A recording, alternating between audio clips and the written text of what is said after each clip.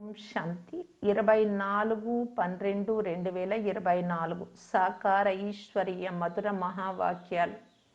మధురమైన పిల్లలారా, అపారమైన ఖుషి మరియు నష్టాలు ఉండేందుకు దేహ అభిమానము అనే జబ్బును వదిలి ప్రీతి బుద్ధి కలవారిగా అవ్వండి. మీ నడవడికలను సరిదిద్దుకోండి. ప్రశ్న: ఎలాంటి పిల్లలకు జ్ఞాన ఉల్టా నష ఎక్కదు? జవాబు: ఎవరైతే బాబాను యథార్థంగా తెలుసుకొని స్మృతి చేస్తారో, ఎవరైతే బాబాను హృదయపూర్వకంగా మహిమ చేస్తారో, ఎవరికైతే చదువుపై పూర్తి గమనం ఉంటుందో వారికి జ్ఞాన ఉల్టా నష ఎక్కదు.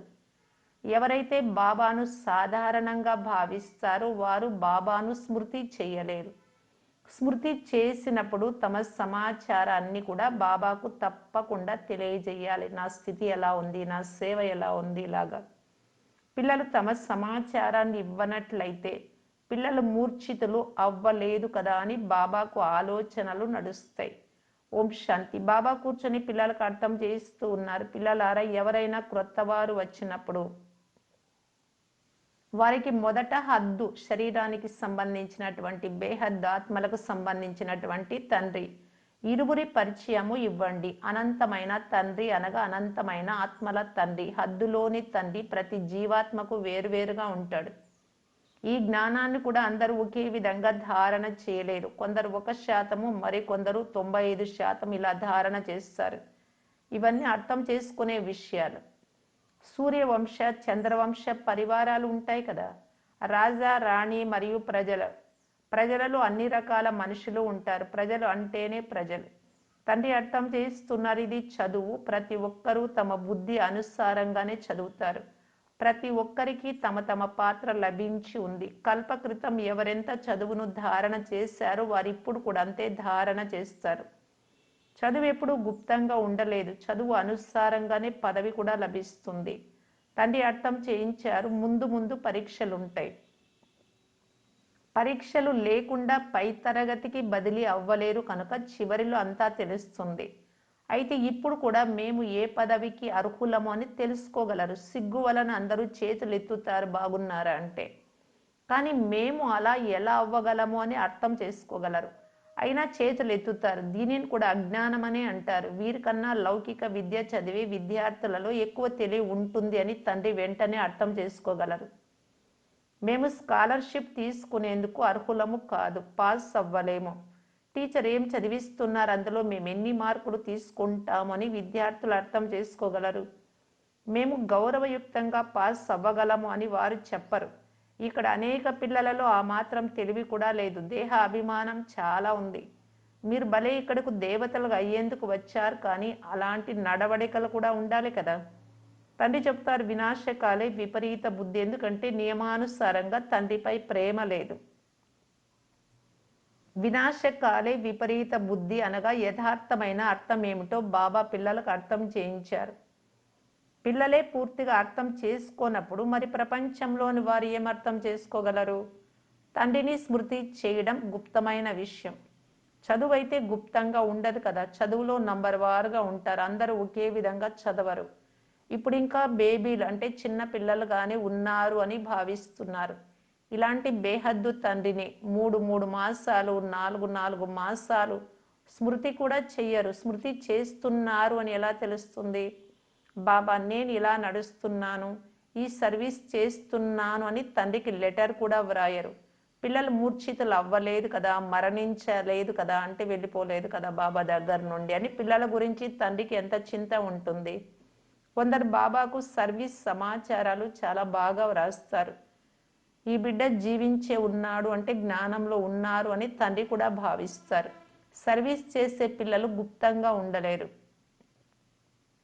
ఏ బిడ్డ ఎలా ఉంటాడు అని తండ్రి ప్రతి బిడ్డను మనస్సును తెలుసుకుంటారు.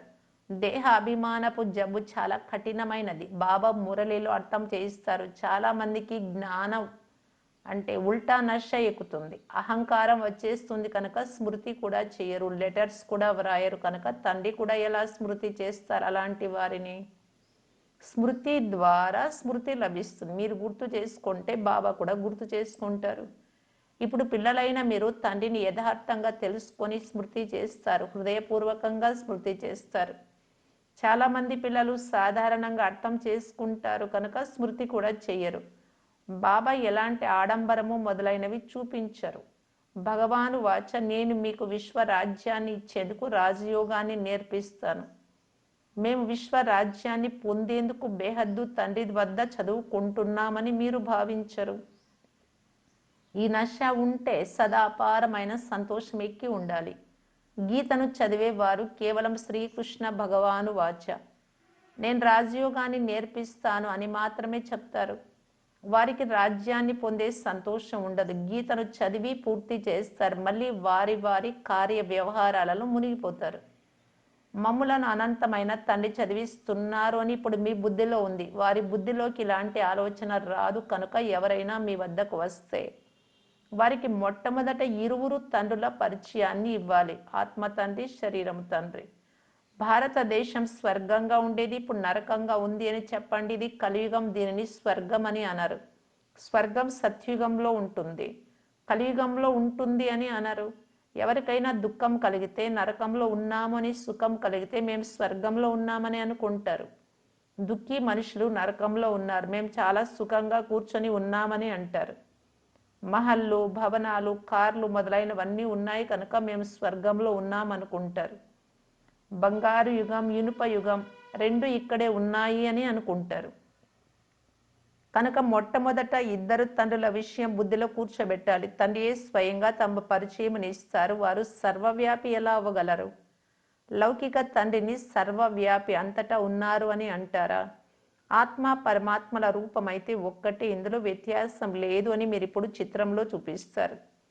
ఆత్మ చిన్నదిగా, పరమాత్మ పెద్దగా ఉండరు. అందరూ ఆత్మలే, వారు కూడా ఆత్మయే. వారు సదా పరంధామంలో ఉంటారు, అందుకే వారిని పరమాత్మ అని అంటారు. ఆత్మలైన మీరు ఎలా వస్తారో నేను అలా రాను. నేను చివరిలో ఈ శరీరంలో వచ్చి ప్రవేశిస్తాను. వెలుపలి వారు ఎవ్వరు ఈ మాటలను అర్థం చేసుకోలేరు. విషయం చాలా సహజమైనది. వ్యత్యాసం ఏమిటి అంటే కేవలం తండ్రికి బదులుగా వైకుంఠ నివాసి అయిన శ్రీకృష్ణుడు పేరు వేసేశారు. శ్రీకృష్ణుడు వైకుంఠం నుండి నరకంలోకి వచ్చి రాజయోగాన్ని నేర్పించారా? దేహ సహితంగా నన్ను ఒక్కడనే స్మృతి చేయండి అని కృష్ణుడు ఎలా చెప్పగలడు? అంటే దేహం వదిలేసి అభిమానం, దేహం పైన కానీ, దేహ సంబంధాల పైన కానీ, వస్తు వైభవాల పైన కానీ, ఏమిటి పైన లేకుండా నన్ను ఒక్కరినే స్మృతి చెయ్యండి అని కృష్ణుడు ఎలా చెప్పగలడు? దేహదారుల స్మృతి వలన పాపాలు ఎలా సమాప్తం అవుతాయి? శ్రీకృష్ణుడు ఒక చిన్న బాలుడు, నేనేమో సాధారణ వృద్ధ మానవ శరీరంలో వస్తాను అని చెప్పాను. ఎంత తేడా ఉంది! ఈ ఒక్క తప్పు వలనే మనుషులందరూ పతితులుగా, బికారులుగా అయ్యారు. నేను సర్వవ్యాపిని కాను. శ్రీకృష్ణుడు కూడా సర్వవ్యాపి కాడు. ప్రతి శరీరంలో ఆత్మ సర్వవ్యాపిగా ఉంది. నాకైతే నా శరీరం కూడా లేదు. ప్రతి ఆత్మకు తమ తమ శరీరం ఉంది. ప్రతి శరీరానికి వేరు వేరు పేర్లున్నాయి. నాకు శరీరము లేదు, శారీరక నామము లేదు. నేను వృద్ధ మానవ శరీరాన్ని తీసుకుంటాను కనుక ఇతడి పేరును మార్చి, లేఖరాజ్ అనే పేరును మార్చి బ్రహ్మ అని పెట్టాను. బ్రహ్మ నా పేరు కాదు, నన్ను సదా శివ అనే పిలుస్తారు. నేనే సర్వుల సద్గతి దాత. ఆత్మను సర్వుల సద్గతి దాత అని అనరు. పరమాత్మకి ఎప్పుడైనా దుర్గతి కలుగుతుందా? దుర్గతి సద్గతులు కలిగేది ఆత్మకే. ఇవన్నీ విచార సాగర మతనం చేయాల్సిన విషయాలు. లేకుంటే ఇతరులకు ఎలా అర్థం చేయిస్తారు? కానీ మాయ ఎంత ప్రబలమైనదంటే పిల్లల బుద్ధిని ముందుకు సాగనివ్వదు. పూర్తి రోజంతా వ్యర్థ చింతనలోనే గడుపుతూ సమయాన్ని వ్యర్థం చేస్తూ ఉంటారు. తండ్రి నుండి దూరం చేసేందుకు మాయ ఎంత ఒత్తిడి చేస్తుంది. చాలా మంది పిల్లలు భగ్నమైపోతారు. తండ్రిని స్మృతి చేయనందున స్థితి అచలంగా, స్థిరంగా ఉండలేదు. తండ్రి క్షణక్షణము నిలబెడతాడు, మాయ పడేస్తుంది. తండ్రి చెప్తున్నారు, ఇప్పుడు ఓడిపోకండి, కల్పకల్పం ఇలాగే జరుగుతుంది. క్రొత్త విషయం ఏమీ కాదు. అంతిమంలో మాయా జీతులుగా అవ్వనే అవుతారు. రావణ రాజ్యం సమాప్తం అవ్వాల్సిందే. మళ్ళీ మీరు క్రొత్త ప్రపంచంలో రాజ్యం చేస్తారు. కల్పకల్పం మాయా జీతులుగా అయ్యారు. లెక్కలేనన్ని సార్లు క్రొత్త ప్రపంచంలో రాజ్య పాలన చేశారు. బుద్ధిని ఇలా సదా బిజీగా ఉంచుకుంటే సదా సురక్షితంగా ఉంటారు అని బాబా చెప్తున్నారు. వీరిని స్వదర్శన చక్రధారులు అని అంటారు. అంతేకాని ఇందులో హింస మొదలైన వాటి విషయమే లేదు. బ్రాహ్మణులే స్వదర్శన చక్రధారులుగా అవుతారు. దేవతలను స్వదర్శన చక్రధారులు అనరు. పతిత ప్రపంచంలోని ఆచార పద్ధతులకు, దేవీ దేవతల ఆచార పద్ధతులకు చాలా వ్యత్యాసం ఉంది. మృత్యులోకములోని వారే పతిత పావనులైన తండ్రితో, మీరు వచ్చి పతితులైన మనుషులను పావనం చేయండి, పావన ప్రపంచానికి తీసుకెళ్ళండి అని పిలిచారు. ఇప్పటికీ భక్తులు పిలుస్తూనే ఉన్నారు. నేటికి 5000 సంవత్సరాల క్రితం క్రొత్త ప్రపంచం ఉండేది, దానికి సత్యుగమని అంటారు. త్రేతాయుగమును క్రొత్త ప్రపంచము అనరు. అది ఫస్ట్ క్లాస్, ఇది సెకండ్ క్లాస్ అని బాబా చెప్తారు. ఒక్కొక్క విషయాన్ని బాగా ధారణ చేయాలి. ఎవరైనా వచ్చి వింటే ఆశ్చర్యపడాలి. కొందరు ఆశ్చర్యపడతారు కూడా, కానీ పురుషార్థం చేసేందుకు సమయం ఉండదు వారికి. తప్పకుండా పవిత్రంగా అవ్వాలి అని అంటారు. ఈ కామ వికారమే మనుషులను పతితులుగా చేస్తుంది. దానిని జయించినట్లయితే మీరు జగత్ జీతులుగా అవుతారు. కానీ వారు ఈ కామ వికారాన్ని శక్తిగా భావిస్తారు. అందుకే కామజీతులే జగత్ జీతులు అని చెప్పరు. కేవలం మనస్సును అదుపులో ఉంచుకోండి అని చెప్తారు. కానీ ఎప్పుడైతే ఆత్మ శరీరంలో ఉండదో అప్పుడే మనస్సు అదుపులో ఉంటుంది. అంతేకాని మనస్సు ఎప్పుడు అదుపులో ఉండదు. కర్మ చేసేందుకే దేహం లభించినప్పుడు కర్మాతీత అవస్థలు ఎలా ఉంటారు? కర్మాతీత స్థితి అని శవాన్ని అంటారు.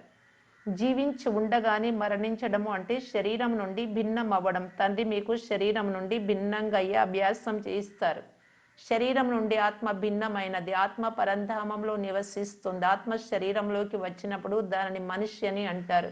కర్మ చేసేందుకే శరీరం లభిస్తుంది. ఒక శరీరం వదిలి కర్మ చేసేందుకు మళ్ళీ రెండవ శరీరాన్ని తీసుకోవాలి. ఎప్పుడైతే శరీరంలో ఉండరో అప్పుడు శాంతి ఉంటుంది. మూలవతనంలో కర్మ ఉండదు. సూక్ష్మవతనం ప్రసక్తే లేదు. సృష్టి చక్రం ఇక్కడే తిరుగుతుంది. బాబాను సృష్టి చక్రాన్ని తెలుసుకున్నటనే జ్ఞానమని అంటారు. సూక్ష్మవతనంలో శ్వేత వస్త్రధారులు, అలంకారధారులు, పాములను దండలుగా ధరించిన శంకరుడు మొదలైన వారెవ్వరూ ఉండరు. బ్రహ్మ విష్ణువుల రహస్యాన్ని తండ్రి అర్థం చేస్తూ ఉన్నారు. బ్రహ్మ ఇక్కడే ఉన్నారు. విష్ణువు యొక్క 2 రూపాలు కూడా ఇక్కడే ఉన్నాయి. కేవలము ఆ సాక్షాత్కారం పాత్ర డ్రామాలో ఉంది. దానిని దివ్య దృష్టి ద్వారా మాత్రమే చూడవచ్చు. వికారి కళ్ళకు పవిత్ర వస్తువులు కనిపించవు. మంచిది. మధురాతి మధురమైన అపురూపమైన పిల్లలకు మాతా పిత బాప్ దాదాల ప్రియ స్మృతులు మరియు గుడ్ మార్నింగ్. ఆత్మిక పిల్లలకు ఆత్మిక తండ్రి నమస్తే. ధారణ కొరకు ముఖ్య సారం. ఫస్ట్ పాయింట్, స్వయాన్ని సురక్షితంగా ఉంచుకునేందుకు బుద్ధిని విచార సాగరం మథనంలో బిజీగా ఉంచుకోవాలి. స్వదర్శన చక్రధారులుగా అవ్వాలి. వ్యర్థంగా పరచింతన చేస్తూ మీ సమయాన్ని వృధా చేసుకోరాదు. సెకండ్ పాయింట్, శరీరం నుండి భిన్నమయ్యి ఏ చదువును బాబా నేర్పిస్తున్నారో దానిని నేర్చుకోవాలి. మాయ ఒత్తిడుల నుండి సురక్షితంగా ఉండేందుకు మీ స్థితిని అచలంగా స్థిరంగా చేసుకోవాలి. వరదానము, బ్రహ్మబాబా సమానము. లక్ష్యాన్ని లక్షణాలలోకి తీసుకొచ్చి లక్ష్మీనారాయణలుగా కావాలి అనే లక్ష్యాన్ని, లక్షణాలు అంటే సర్వగుణ సంపన్నులుగా అయ్యేటటువంటిది, అలాగా ప్రత్యక్షంగా తీసుకొచ్చి ప్రత్యక్ష శాంపుల్గా అయ్యి సర్వుల సహయోగి భవ. ఎలాగైతే బ్రహ్మబాబా స్వయాన్ని నిమిత్త ఎగ్జాంపుల్గా చేసుకున్నాడో, ఎవరు చేస్తారో వారే అర్జునుడు అనే లక్ష్యాన్ని సదా లక్షణాలలోకి తీసుకురావడం ద్వారా నంబర్ 1గా అయ్యాడు.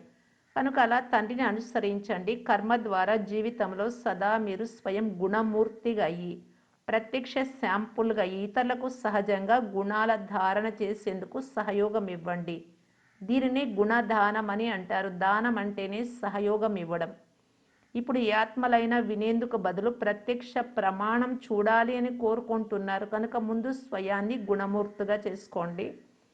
స్లోగన్, అందరి నిరాశల అంధకారాన్ని దూరం చేసేవారే జ్ఞాన దీపాలు. అవ్యక్త ఇషారా, సదా సంతుష్టంగా ఉంటూ అందరినీ సంతుష్టంగా చేసే సంతుష్ట మణిగా కావటానికి బాప్దాదా తెలియజేస్తూ ఉన్నారు.